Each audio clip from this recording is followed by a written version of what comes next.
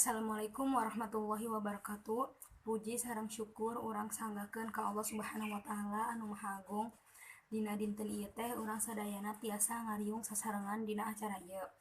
Hadirin anu dipikahormat, beri mana kana kodo jeung kodar seueur manfaatna, di antarana tiasa nguatkeun keimanan sareng ketakwaan ka Allah Subhanahu wa taala. Selain eta bisa oge nyadarkeun urang yen sagala perkara atawa kajadian nu aya di bumi ieu teh tos diatur ku Allah Subhanahu wa taala. Matak ayana kodo jeung kodar ieu teh bisa numbuhkeun kateguhan hate sareng kesabaran urang salila urang hidup di dunia.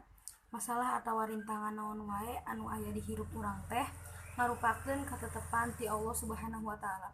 Jadi urang teh kudu tawakal. Da sagala rupina ge tos aya izin ti Allah Subhanahu wa taala.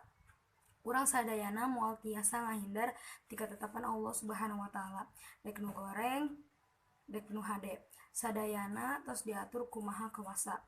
Iman kana kodo jeung kodar ieu oge bisa numbuhkeun kanikmatan ti Allah Subhanahu wa taala sareng ngadorong urang bersyukur ka Allah Subhanahu wa taala salawasna. Sakieu heula pidato ti abdi, upami aya cariosan anu merenah di hate, abdi nyuhunkeun dihapunten. Wassalamualaikum warahmatullahi wabarakatuh.